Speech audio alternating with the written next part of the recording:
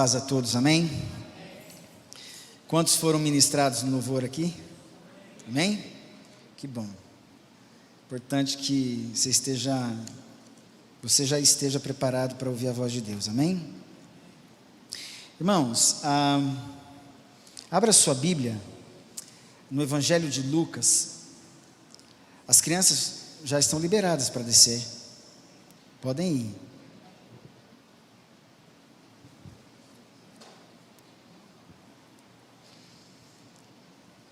Irmãos, Evangelho de Lucas, mais precisamente no capítulo 10, ou 10, nós temos uma passagem, uma narrativa interessante, quando Jesus, ele resolve dar chance para mais outros 70 discípulos que o seguia, provavelmente.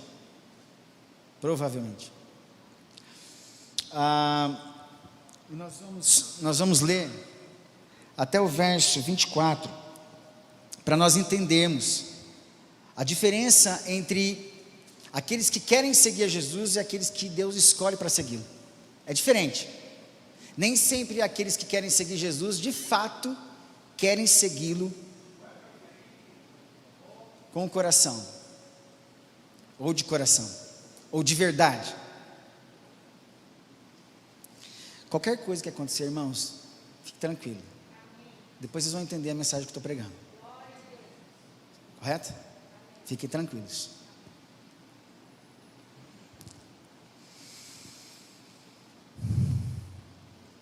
Verso 1 do capítulo 10 de Lucas diz assim: Depois disso ele fala exatamente o que eu estava falando aqui, de pessoas que resolveram se manifestar. Jesus, eu quero te seguir. Aí Jesus fala assim, não, mas... Então, verso 57 diz, o capítulo anterior, indo eles a caminho fora, alguém lhe disse, Senhor, seguir-te-ei para onde quer que fores. Mas Jesus lhe respondeu, as raposas têm os seus covis, as aves do céu, ninhos, mas o Filho do Homem não tem onde reclinar a cabeça. A outro disse Jesus, segue-me. Olha aí, Jesus está dando chance agora, ele está chamando. Ele, porém, respondeu, permite-me ir primeiro sepultar meu pai. Olha as condições. Mas Jesus insistiu, deixa os mortos sepultar os mortos. Tu, porém, vai e prega o reino de Deus. Outro lhe disse, agora outro diz para ele, seguir-te-ei, Senhor, mas deixa primeiro despedir-me dos de casa.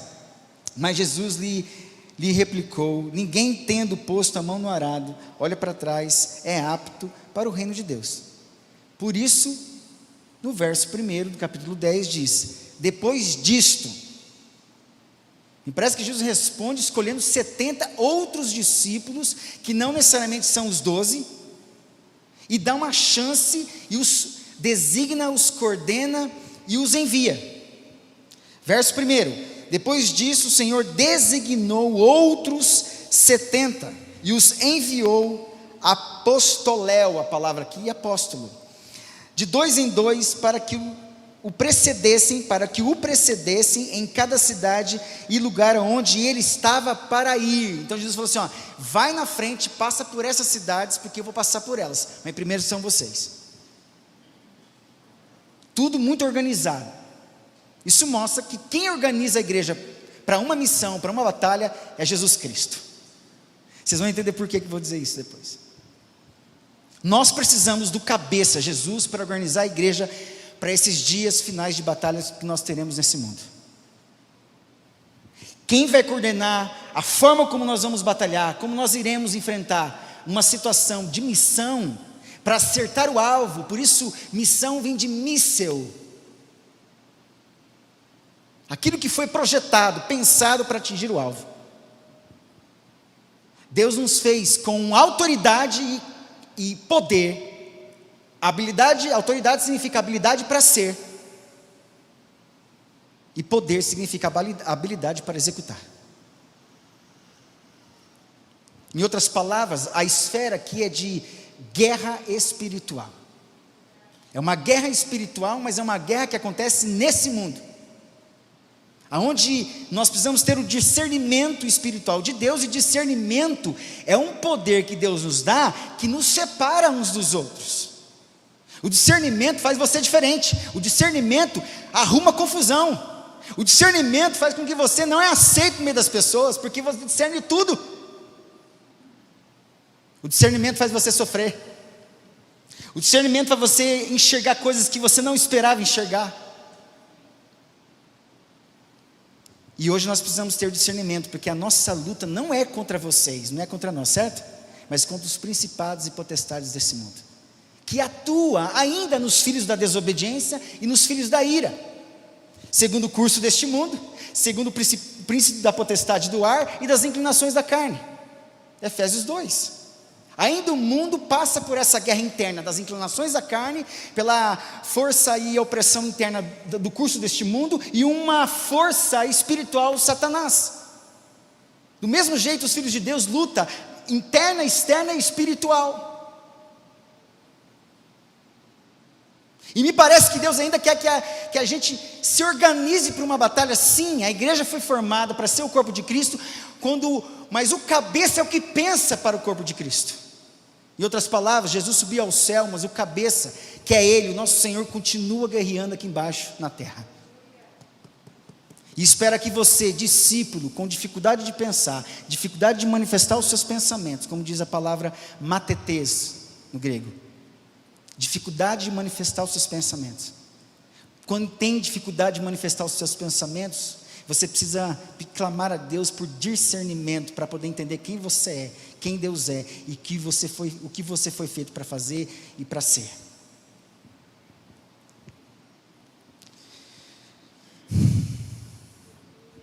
Verso 2, e lhes fez a seguinte advertência. Ele designa, ele envia, ele adverte. A missão, ela é bem organizada, e aí eu vou explicar por que depois disso. A seara é grande, mas os trabalhadores são poucos. Rogai, pois, ao Senhor da seara, que mande trabalhadores para a sua seara. Você ora ao Senhor, que tem a seara nesse mundo, para que mande trabalhadores para nos ajudar nessa missão. A igreja parou de orar para pedir ajuda para Deus, para mandar outros ajudadores.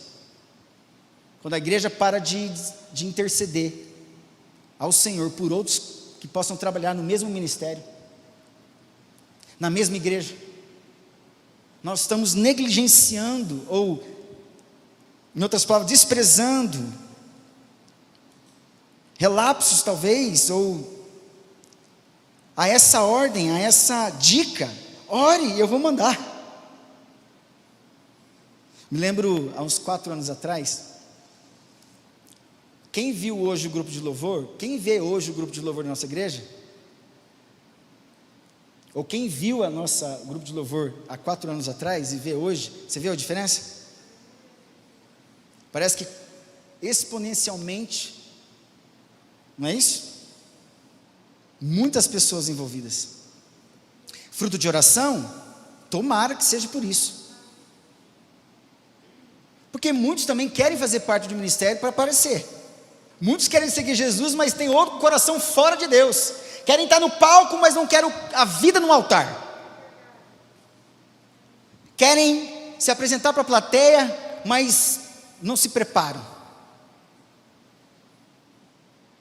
Vocês entendem o que eu estou falando?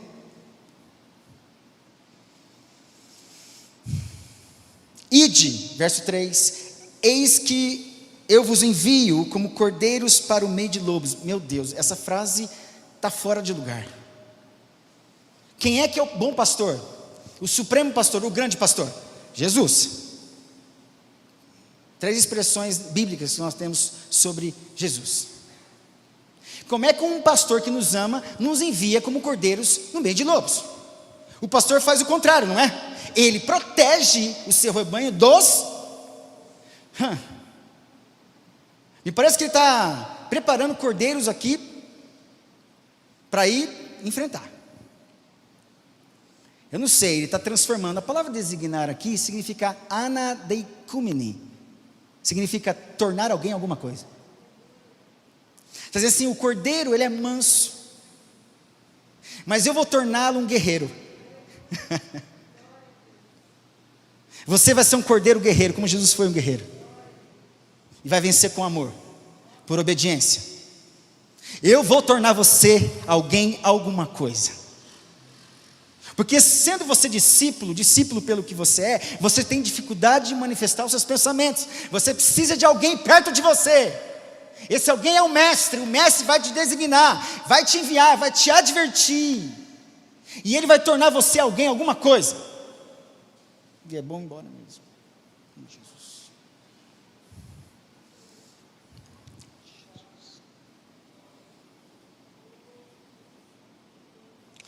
Verso 4 diz: não leveis bolsa, nem alforge, nem sandálias, e a ninguém saudeis pelo caminho.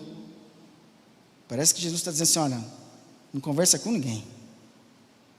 Ao entrardes numa casa, dizei antes de tudo: paz seja nesta casa. Se houver ali um filho da paz, repousará sobre ele a vossa paz. Se não houver, ela voltará sobre vós.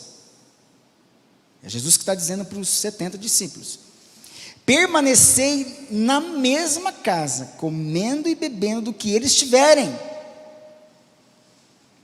Como eu gostaria de levar os meus filhos para onde eu fui em São Paulo, lá no centro da cidade, para ver a situação de pessoas que moram na rua, e ver o que eles comem e o que eles bebem. E aí ver os nossos filhos reclamando e mandando a gente dentro de casa que não quer comer isso e aquilo. Tem que ter um choque, muitas vezes. É preciso ter um choque, mas chocar mesmo.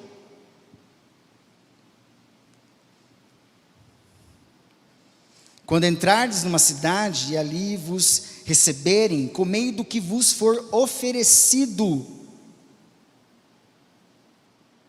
Por isso que você não escolhe Jesus, é Jesus que te escolhe.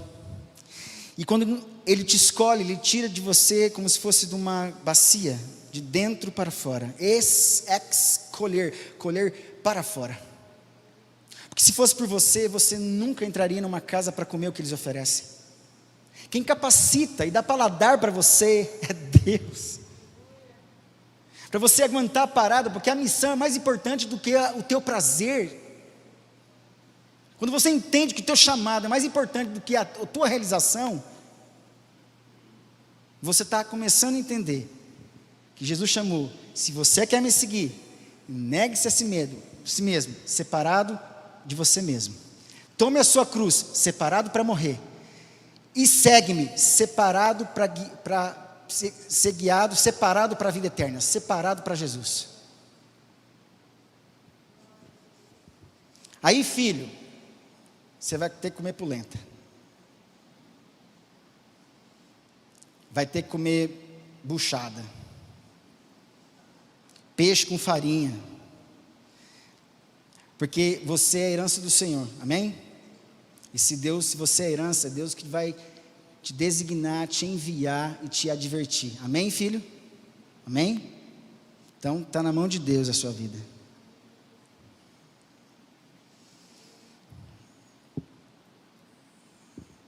Verso 9: curai os enfermos que nela houver, anunciai-lhes a vós outros está próximo o reino de Deus. Quando, porém, entrardes numa cidade e não vos receberem, saí pelas ruas e clamai, até o pó da vossa cidade, que se nos pegou aos pés, sacudimos contra vós outros. Não obstante, sabei que está próximo o reino de Deus. Digo-vos que naquele dia haverá menos rigor para Sodoma do que para aquela cidade. Sabe por quê? Porque naquela época, no tempo da lei, ou mesmo antes da lei, Deus ainda, de alguma forma, ministrava a sua misericórdia. Mas a misericórdia de Deus, ela é infinita, certo? Mas Deus também é movido pela sua paciência. E seus propósitos eternos também. O fato de Deus ser misericórdia sempre se renovando, não quer dizer que Deus sempre vai preservar aqueles que Ele quer preservar.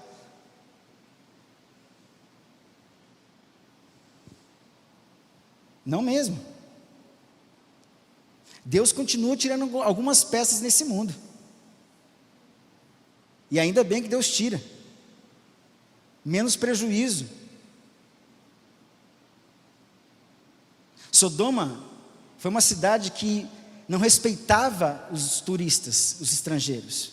E tinha uma prática do inferno contra aquelas pessoas que chegavam lá. Depois você vai procurar estudar sobre isso.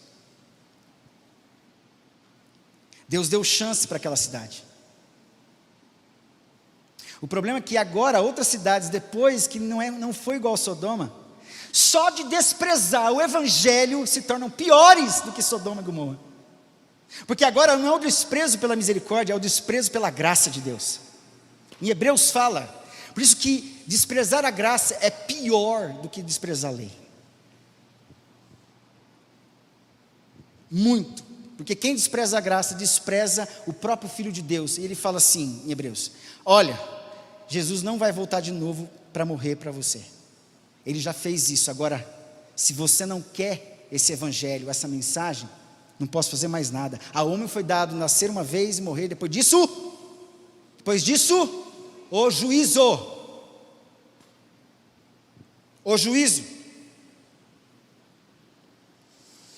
Essas cidades aqui que ele vai citar agora são cidades que estão na mira de Deus daqui a um tempo. Ou se o juízo pode ter acontecido de alguma forma naquele tempo. Mas me parece que é no dia do juízo. Verso 13: ai de ti, Corazim, ai de ti, Betsaida, porque se em Tiro e em Sidom se tivessem operado os milagres que em vós se fizeram, há muito que elas se teriam arrependido, assentadas em pano de saco e cinza, arrependidas. Entenda que essa missão é uma missão para gerar arrependimento, amém? Olha aqui, arrependimento, confissão de pecado, fruto de arrependimento. Mateus, lá no comecinho, lá em Mateus, não aqui, fala de Mateus não, de João Batista, que pregava no deserto. As multidões saíam das cidades e iam para o deserto. Hoje, nós queremos que as pessoas venham até a cidade, e ele pregava o quê? Arrependimento. E hoje a gente prega prosperidade, e as pessoas vêm, não vêm a mim. Ele pregava, comia gafanhoto e mel, viu, filho? Gafanhoto e mel. Profeta come coisa diferente. Estava no deserto pregando arrependimento, no deserto tem ninguém. A multidão em outras cidades iam lá ouvi-lo.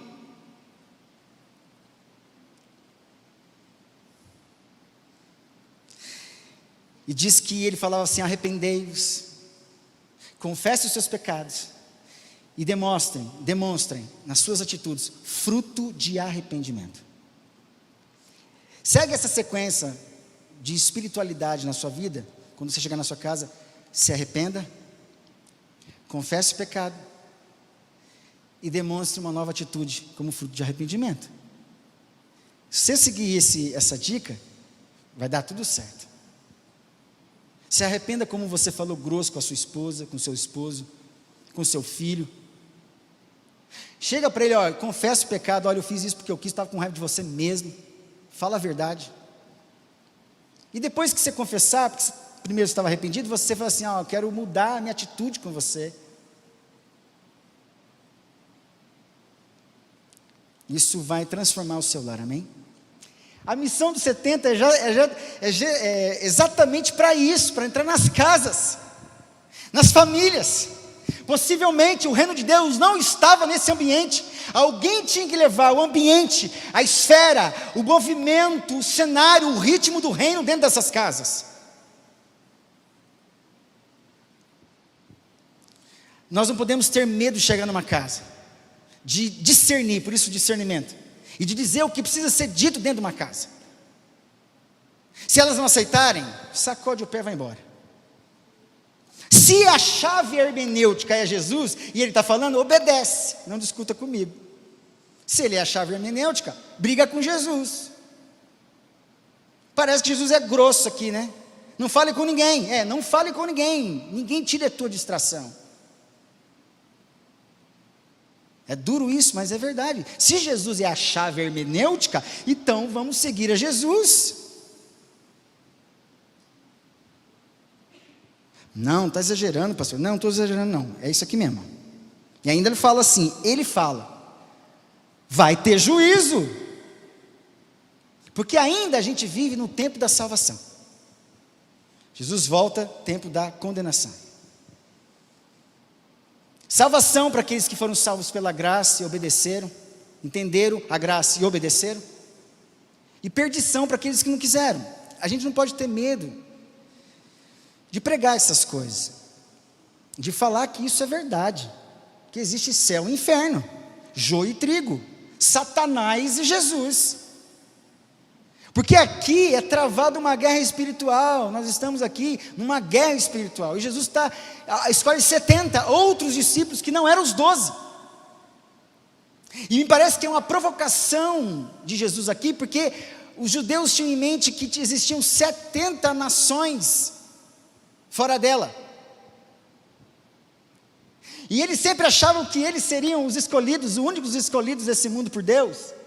E parece que 70 aqui é proposital para dizer assim, olha, o evangelho era para ser proclamado através de vocês, na negação de vocês, eu tive que escolher outros 70 que não faz parte do reino, ou melhor, da aliança de Israel, e eu vou usar gentios para pregar o evangelho do reino. Então há uma briga religiosa aqui, uma briga teológica e uma briga espiritual. Aqui está o fervo, e não pode faltar a manifestação do Satanás. Ele quer aparecer, como sempre ele quer aparecer, como sempre ele quer atrapalhar. Verso 14, contudo no juízo haverá menos rigor para Tiro e Sidom do que para vós outras. Tu, Cafarnaum, elevar-te-ás, porventura até o céu, princípio de Satanás, quando ele quis se elevar, princípio de Satanás, descerás até o inferno. Quem vos der ouvidos, ouve a mim, e quem vos rejeitar a mim, me rejeita. Quem porém me rejeita, rejeita aquele que me enviou. Então, esse que falou aqui, não pode ser ignorado, no que ele falou e no que ele está dizendo, sobre o juízo e sobre a forma de missão. Quando nós temos uma missão, nós temos que cumprir de forma designada, enviada, advertida. Parece ser muito duro isso, não tem problema. Uma hora, se você não aprendeu como criança, você vai aprender como adolescente. Não aprendeu como adolescente, vai aprender como um adulto. Não aprendeu como adulto, vai aprender como vovó. Um dia dá para você aprender.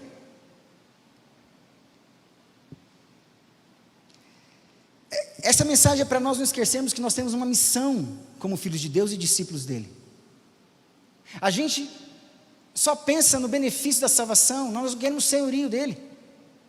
Nós queremos a salvação, mas o senhorio dele não. O senhorio dele envolve ver uma outra história que não é minha. É se tornar discípulo, é saber, procurar alguém para te avisar que você tem um chamado, que você tem um chamado. E que isso implica muitas vezes, como eu vejo testemunho de muitas pessoas, que eram empresários, ou que eram funcionários de uma alta empresa aí, ou de uma multinacional, e que foram chamados por Jesus Cristo, deixaram tudo por causa dele. Cada um tem o seu chamado. O mesmo é um que chama todos, mas cada um, ele chama no estado que está. Eu quero abrir seus olhos como família aqui. Deus criou essa missão, Jesus criou essa missão para entrar dentro da minha e da sua casa, amém? Porque o primeiro ambiente de batalha está no coração das pessoas. O segundo está dentro do ambiente onde elas vivem, dentro dessa casa. O coração reflete dentro da minha casa a minha histeria, a minha raiva, o meu ódio. o meu egoísmo, a minha dificuldade, a minha incredulidade, a minha dificuldade, a minha, promiscuidade, meu Deus, a gente acaba oferecendo espiritualmente, emocional, sentimental, afetivo e espiritualmente para os nossos filhos o que nós vivemos de bom ou de ruim. Pais que estão afundados em pornografia. O reino de Deus tem que entrar, porque é uma luta espiritual isso. Satanás moendo pais e mulheres, filhos dentro de casa, arrebentando com os relacionamentos, afundando, tirando a autoridade dos homens. Não tem coragem de chamar a atenção do filho, porque Satanás sopra no ouvido, seu promíscuo, e o cara murcha, mas murcha. Difícil esse discurso, mas é verdade. Satanás está entrando nas nossas casas. Parece ser pentecostal isso, mas não, é verdade. Quando ele é incomodado pela presença de Deus para sair do lugar onde ele domina, ele começa a ficar com raiva e começa a bagunçar o coreto. Presta atenção. Depois que os discípulos voltam, olha o que acontece. Só pelo fato deles obedecerem, só do fato deles se submeterem, olha o resultado. Verso 17: então regressaram os 70, possuídos de alegria. O tema da nossa pregação aqui é a missão da alegria. Pastor, como é que eu posso ter alegria no meio de uma batalha espiritual? Só Deus pode produzir alegria no meio de uma batalha espiritual. Só obedecendo a Cristo, o cabeça dessa igreja, para nós termos alegria, para que você, meu irmão, minha irmã, não desista de trabalhar no lugar onde você está, de continuar sendo a mulher que você precisa ser, e vencendo o seu trabalho, não desistir de nada, e avançar na família, avançar com os filhos, porque existe uma alegria reservada para mim e para você, no meio da batalha.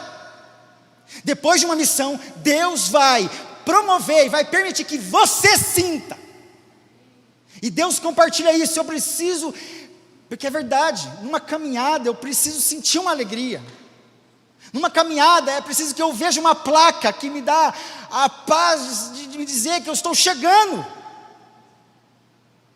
que estou indo bem, está tudo certo, estou no caminho certo.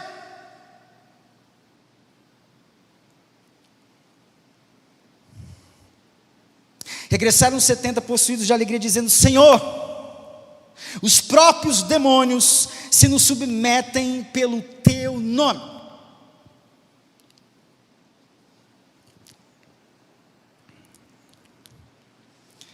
A missão da alegria me permite ter alegria na missão, amém?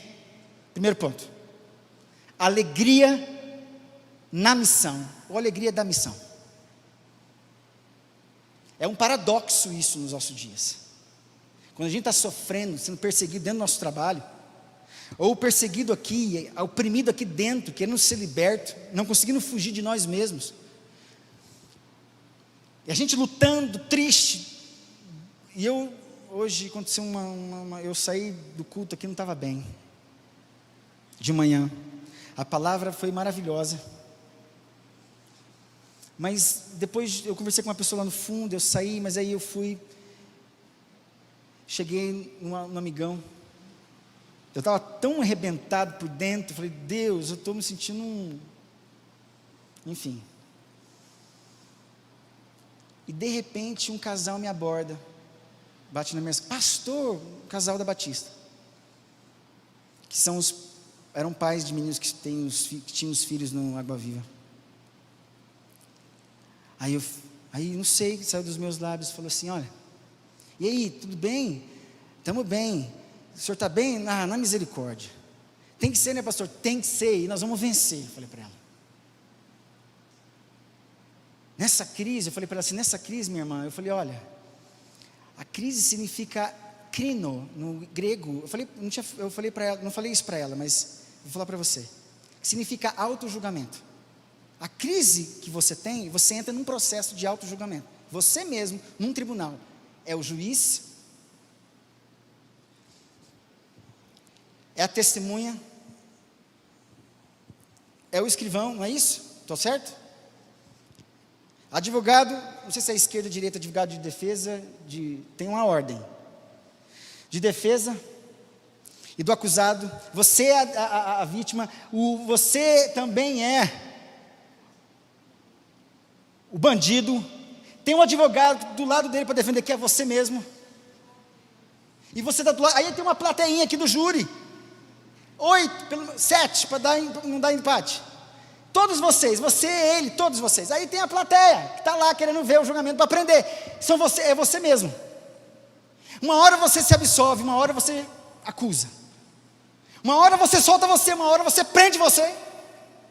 E você não sai desse tribunal, ninguém consegue. Ninguém deixa, você não deixa você mesmo ser livre. Aí de repente alguém bate nesse tribunal, deixa eu entrar. Aí Deus fala, quem é? Deus, eu quero te ajudar. Deixa eu entrar no tribunal. Deixa eu ocupar a melhor de todas, o juiz. Aí Deus fala assim, eu preciso de um advogado. Ele chama o Espírito Santo. Ele vai estar do teu lado. Fica lá quietinho. Porque você está a vítima e você também é o acusado. Porque o teu pecado faz mal para os outros e o pecado dos outros faz mal para você também. E a testemunha aqui vai assumir o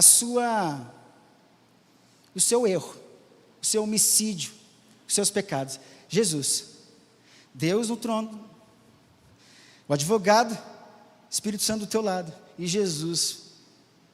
E a única coisa que espera nesse tribunal é que o advogado te convença de que você realmente fez tudo que você fez, matou mesmo, arrebentou, e aí o testemunho fala assim, não, mas eu assumo o lugar dele. E aí a crise começa a mudar de cenário dentro de você. Porque o próprio Deus assume o lugar onde ele tem que assumir, o Espírito Santo começa a assumir o lugar onde ele tem que assumir, e Jesus já assumiu os teus pecados. É só você confessar, concordar com Deus. O reino de Deus está entrando, a missão dos 70 é a missão de insistência, de chance, de oportunidade. Deus quer entrar nas casas.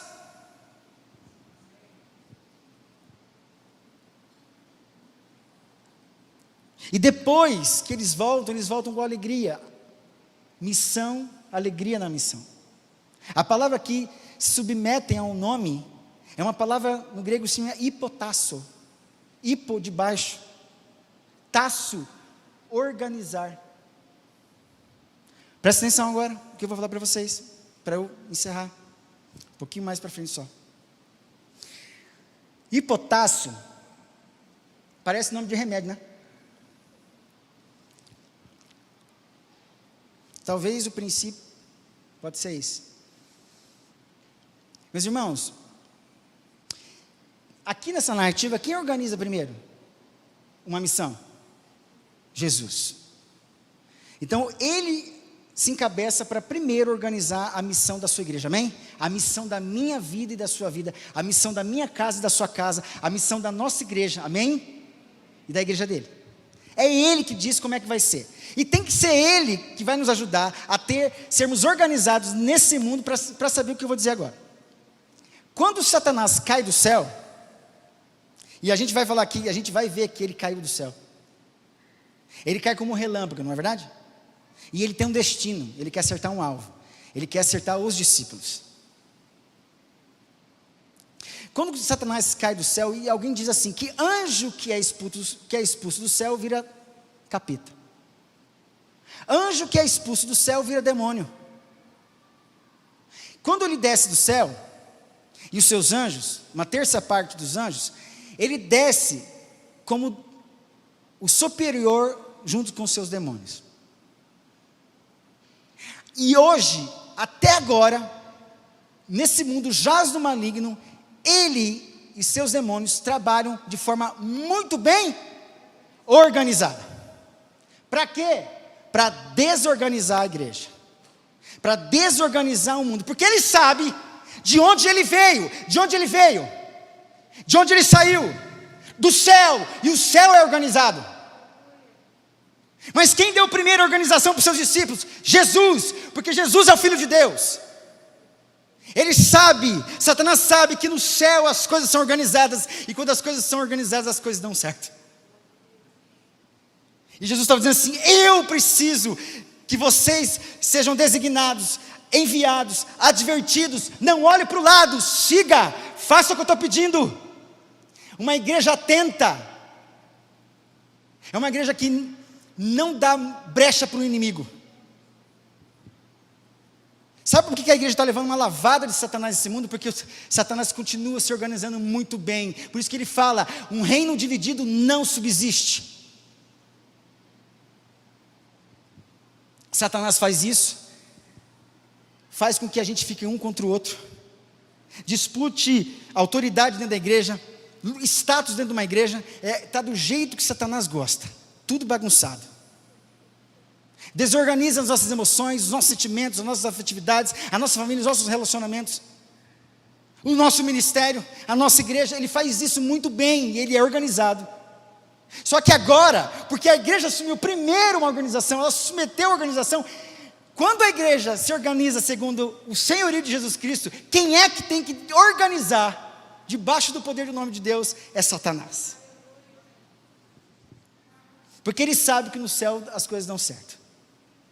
No céu as coisas dão certo, presta atenção.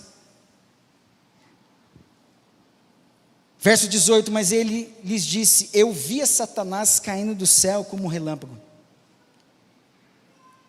Caindo aqui significa nagal no hebraico, significa continuamente golpeando em direção. Olha aqui, continuamente é o princípio da serpente, continuamente golpeando em direção, como um relâmpago.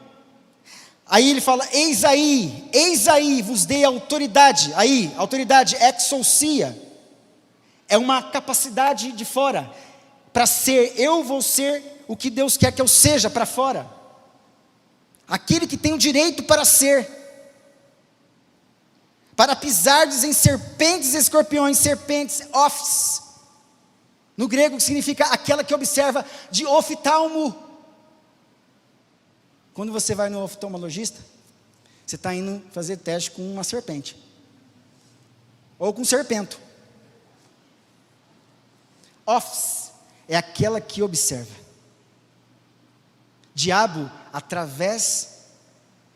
lançar através, ele observa e lança através. Ele tira a nossa atenção como missão, como mãe dentro de casa, como pai, como esposo, como filho.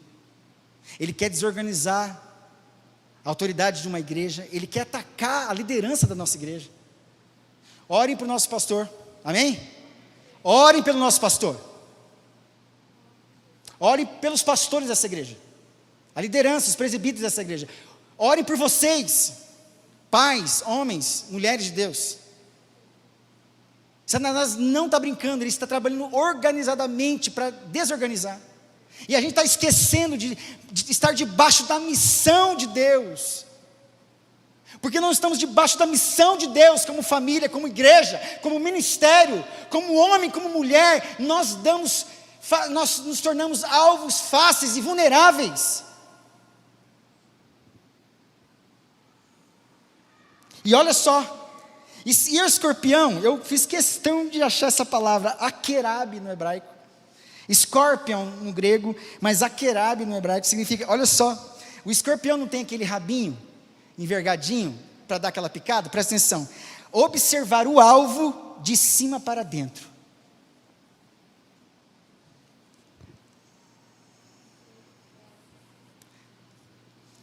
A palavra escorpião é exatamente, a serpente é Satanás, o escorpião é ele. O caráter dele é Nahashi no hebraico, significa aquela que continuamente cerca para destruir, serpente. E ela no grego é ophis, de oftalmo, aquela que observa. Então ela fica rodeando. Ela tem o caráter da serpente, porque rodeia e observa, mas ela tem o ataque do Aquerabe, que é o escorpião. Então, rodeando o círculo é o alvo, você é o alvo, só que entre o alvo e você tem um círculo poderoso. Tem Deus, e Ele só deixa atingir você, porque passa por Ele. Então Deus, eu via Satanás, eu via que ele queria acertar vocês, mas eu vos dei autoridade. Quando a igreja trabalha, ela se ocupa com a missão dela, Satanás não nos atinge, amém? Quando ela está na missão dela, ela está avançando, Satanás, ainda que ele apareça como um relâmpago, ele não acerta você. Outra alegria que vem, olha, escorpiões sobre todo o poder do inimigo. O poder aqui é dinamos, que é habilidade para executar. E nada absolutamente vos causará dano, não tem dano para a igreja que está sob a missão de Jesus, amém? Quando você, como pai e mãe, filhos, estão sob submissão ao senhorio de Cristo dentro da sua casa, pode ter certeza disso. Há uma redoma protegendo vocês.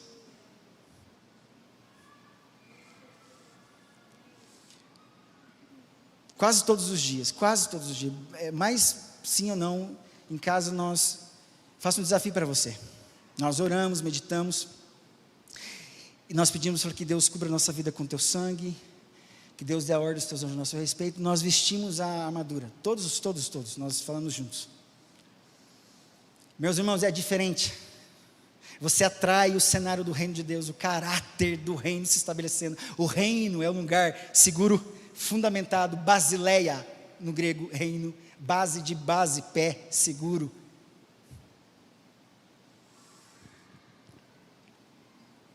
Você assume essa responsabilidade de Deus, te autoriza e te dá poder.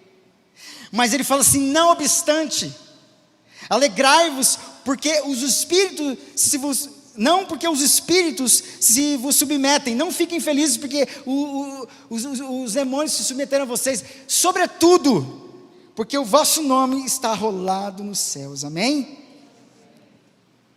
Alegria da eleição, alegria da missão, ou alegria na missão, alegria da eleição.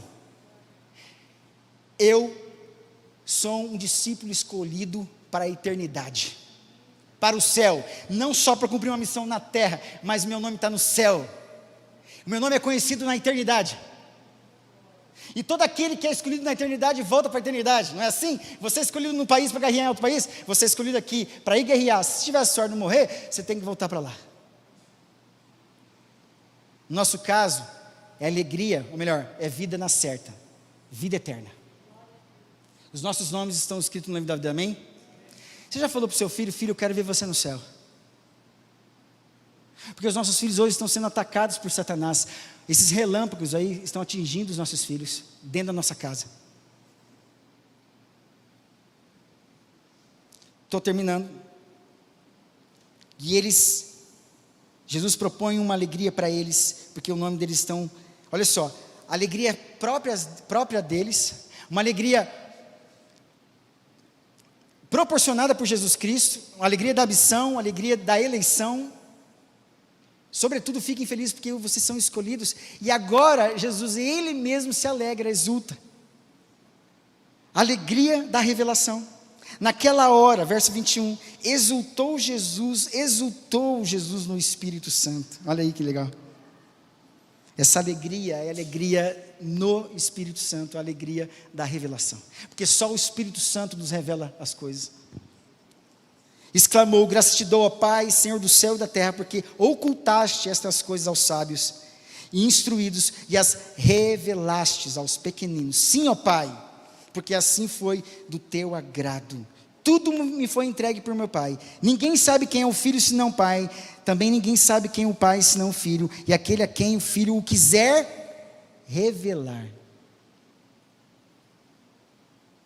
Não basta sermos chamados nessa missão sem sabermos quem nos chamou, quem é o comandante dessa missão, quem é o general dessa missão.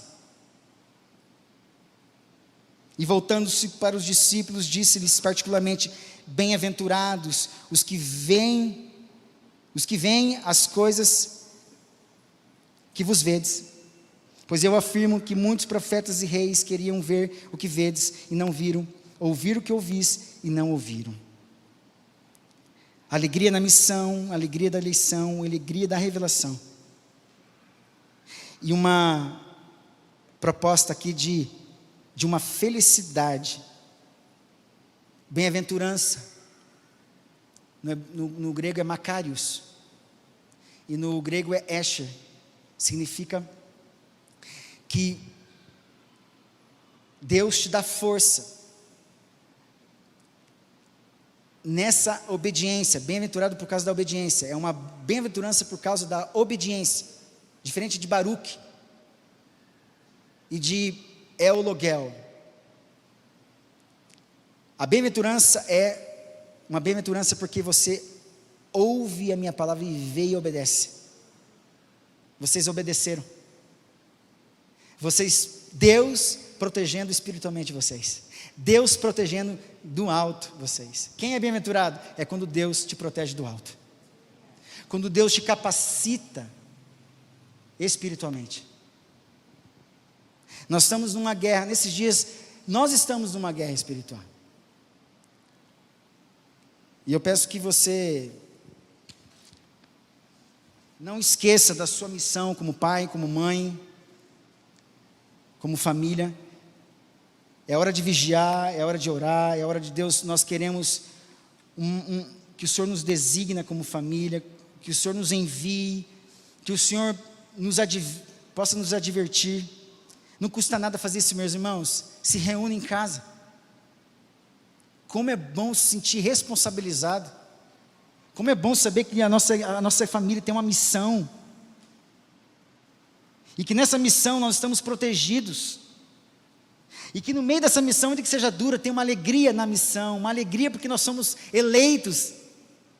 E porque Deus também nos dá a alegria da sua revelação no meio da missão.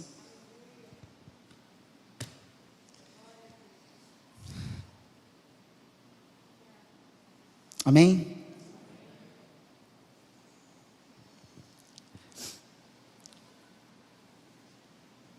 Vamos ficar em pé, irmãos?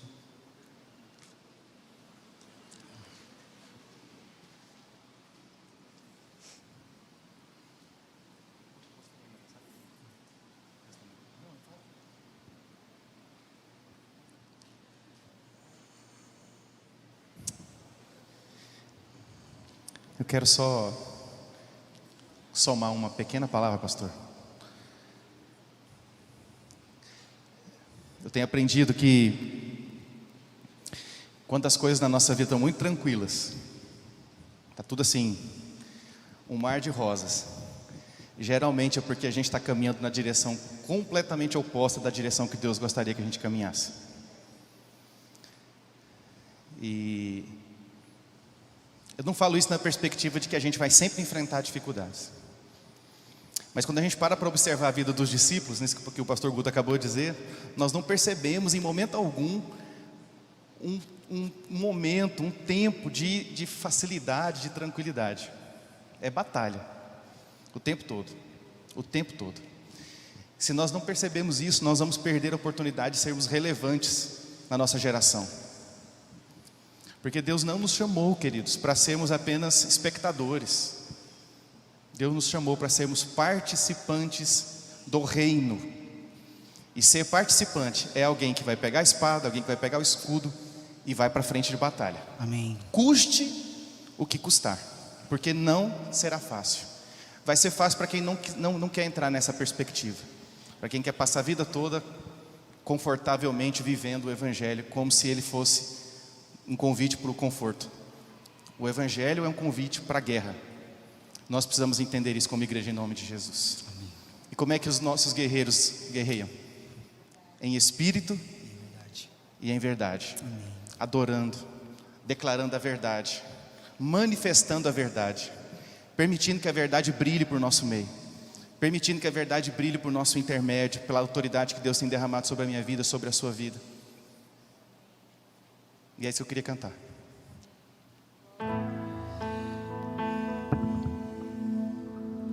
Queremos o teu nome engrandecer e agradecer-te por tua obra em nossas vidas. Confiamos em teu infinito amor, pois só tu és o Deus eterno sobre toda a terra e céu. Queremos o teu nome engrandecer. Nós somos um exército que adora o Senhor e agradecer-te. É daí que vem a nossa força. Confiamos em teu infinito amor, pois só tu és o Deus eterno sobre toda a terra e céu. O Senhor está acima de todo principado e potestade. Vamos juntos. Grande é o Senhor e muito digno de louvor. Na cidade do nosso Deus, teu santo monte, a alegria de toda a terra. E a alegria dos discípulos.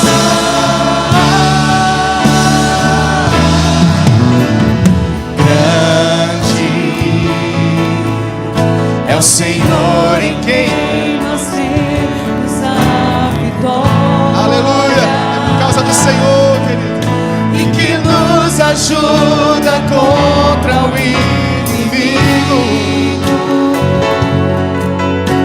Por isso diante dele nós somos um exército que vence pela oração.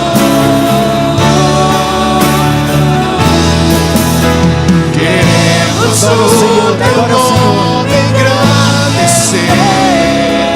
Teu nome engrandecer, agradecer por tua obra em nossas vidas. Confiamos em teu infinito amor, pois só tu és o Deus eterno sobre toda a terra e céu, pois só tu és o Deus eterno sobre toda a terra e céu.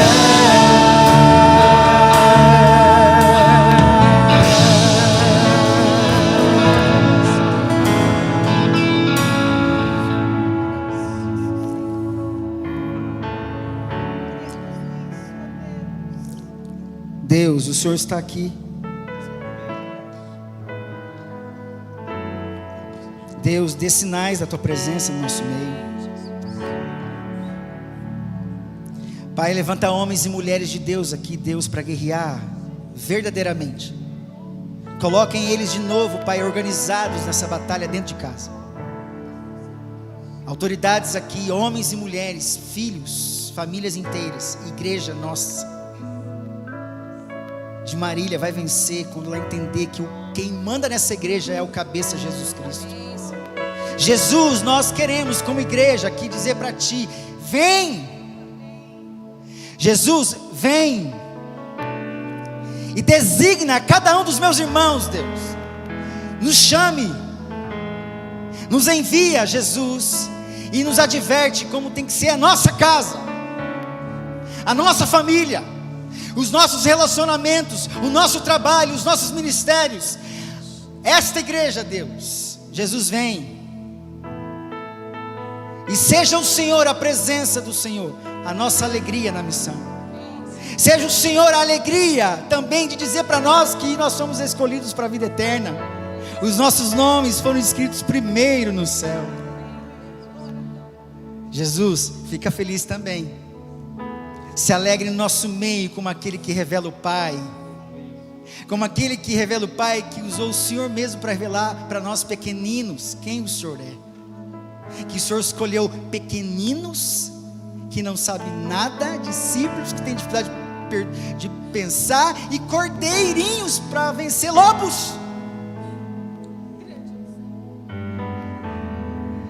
O Senhor escolheu, Deus, é o paradoxo, Deus, o Senhor escolheu a gente para vencer o inimigo. O Senhor deu poder para a igreja vencer Satanás.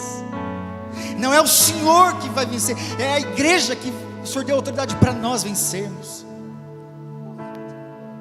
Por isso que a Bíblia fala: portanto, sujeitai-vos a Deus, resisti ao diabo e ele fugirá de vós. Deus organiza esta igreja nesse tabuleiro espiritual, Pai, que o Senhor movimenta com as tuas mãos. Coloque a gente no quadrinho certo, aonde a igreja tem que estar, realizando, fazendo, amando, praticando, e ali nós resistiremos, porque quem tem fugido daquele quadradinho não somos nós, mas é Satanás. É ele que tem que sair desse xadrez, dessa dama, desse jogo. A vitória é tua, as estratégias são tuas, e nós venceremos como igreja, como homens, mulheres, filhos de Deus, sujeitos ao Senhor, resistindo a Satanás, porque quem tem que fugir é Ele. Obrigado, Deus, porque o Senhor de alguma forma vai trazer esse cenário no espírito, na alma, na mente, Pai, no centro da existência dos meus irmãos que estão aqui nessa noite. E nós seremos uma igreja que vai começar, sim, a guerrear espiritualmente, do jeito que o Senhor quer, do jeito do céu. Por isso que o nosso general é Cristo.